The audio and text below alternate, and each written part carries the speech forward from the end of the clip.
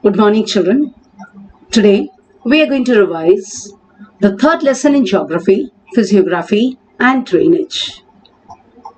Now, under physiography, we are going to study about the physical features of India and Brazil.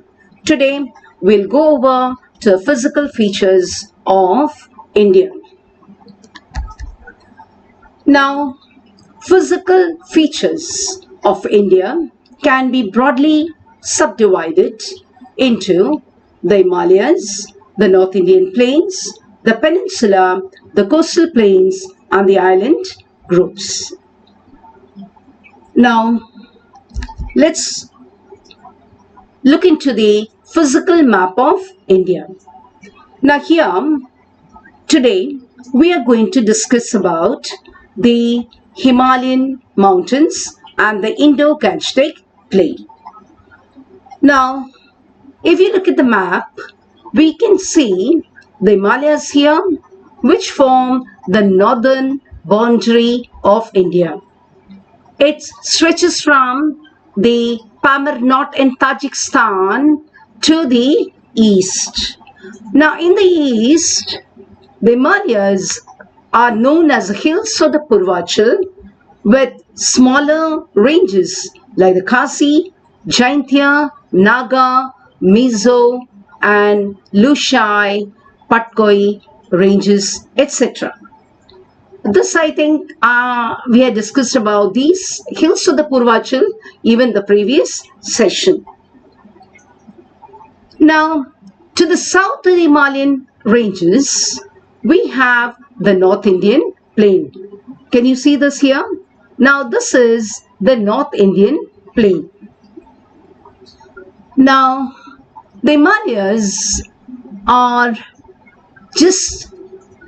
not just a continuous mountain range. We do have passes here. Okay, so you might have heard of the Shipkila Pass, Khyber Pass, Bolan Pass, etc. Now, it is through these passes that trade used to be carried out even in ancient times. Okay, so let's go into detail about the Himalayan mountains. Now, Himalayas are young fold mountains. You might have heard about other fold mountains of the world like the Andes, the Rockies, the Alps, mountains, etc. So, Himalayas are young fold mountains, and it extends from Pamir Knot in Tajikistan to the east, that is, towards the east of India, where they are known as the hills of the Purvachal. Or, if you take the states into consideration, we can say that it extends from Jammu and Kashmir to Arunachal Pradesh. The Himalayas are not a single mountain range. There are many parallel ranges. Let's go into the map here. So, there are many parallel ranges. So, as we move from the south to the north, there are many parallel ranges like, see, can you see here? The southernmost range here is the Shivaliks. Then we have the middle Himalayas, and further up we have the greater Himalayas or the Himadri. So, the Himalayan ranges can be seen in three parallel ranges, that the Shivaliks, the middle Himalayas, and the greater Himalayas or the Himadri. Now, in Tibet, the Himalayas are known as the Trans-Himalayan ranges. So, here is Tibet, and in Tibet, the Himalayas are known as the Trans-Himalayas. Okay, then, as we move from the west to the east, in western part of India, the Himalayas are known as the Kashmir Himalayas. In central region, there's the Kumon region. It is called Central Himalayas or the Kumon Himalayas. And the eastern part of India, in Assam, they're known as Assam Himalayas or Eastern Himalayas. Now, Himalayas are a boon to India. The lofty ranges of the Himalayas are important from the point of view of climate. Now, the Himalayas were not there.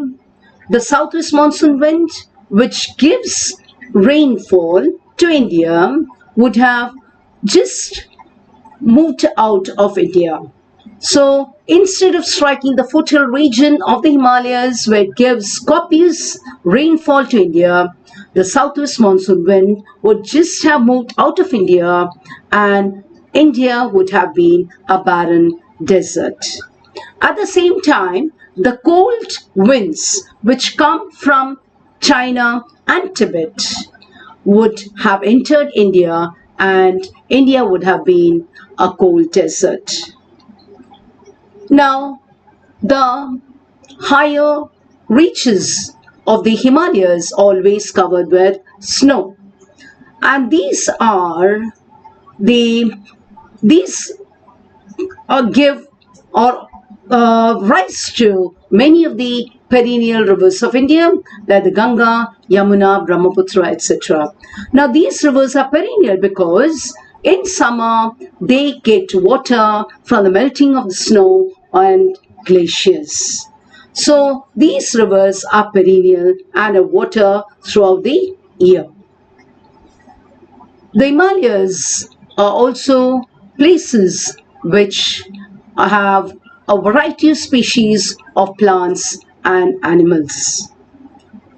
We also have, various species like, plants, animals, etc. They are the abode of animals here. Okay. Then we have many, sanctuaries in the foothill zones of the Himalayas. Okay, where many, animals like rhinos, the one-horned rhinos, which are endemic to Assam, can be seen. Apart from that, we have many plants and animal species which are endemic only to the Himalayan region. Okay, so let's move over to the North Indian plains. Now, where are the North Indian plains? Let's get back to the map. So, you can see the North Indian plains here. So, where are they situated? They are situated between the Himalayan ranges to the north and the peninsula region to the south. Okay, so Himalayan to the south of the Himalayan ranges and to north of the peninsula ranges lie the North Indian plains. The North Indian plains are also called the Indo-Gangetic plain. Okay, and it extends from Rajasthan and Punjab to the west to Assam in the east. So you can see here there's a North Indian plain. Okay, there's a North Indian plain and it extends from, you can see here, this is Rajasthan, this is a Punjab in the east to Assam in the, now here this is the North Indian plain. We have the Great Indian Desert or the Thar Desert here. We have Punjab. So on the west we have the Great Indian Plain. On the eastern side we have Assam. So they extend between the Rajasthan and Punjab on the west and Assam in the east. Okay. Now to the eastern part of the Aravalli ranges we have the Indo-Gangetic plain. Now, the Indo-Gangetic plain is a flat land which is formed as a result of deposition of alluvium brought down by the river Indus, the Ganges and its tributaries. Okay, so it's a flat land which is formed as a result of deposition of alluvium brought down by the river Indus, the Ganges and its tributaries. Now, it slopes towards the east.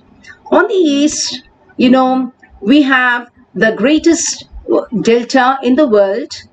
So this is called the Sundarbans Delta, and it covers the state of Bengal and Bangladesh. Okay, so towards the west of the Aravalli Ranges, we have the Great Indian Desert, which is known as the Thar Desert. Now, here temperatures can go to as high as say 50 degrees centigrade in summer. This is a region of low rainfall, and you can find this region gets as say less as say 500 of rainfall. Okay, and this the temperature, as I said, will go as high as say 50 degrees centigrade in summer. Okay, now to the north of the Great Indian Desert, we have the plains of the Punjab. Okay, Punjab, as the name denotes, is formed as a result of deposition of the alluvium brought down by the river Indus and its tributaries like Sutlej, Beas, Ravi, Chenab and Jhelum. Okay, and this plain of the Punjab slopes towards the west, and Indus opens into the Gulf of Kutch.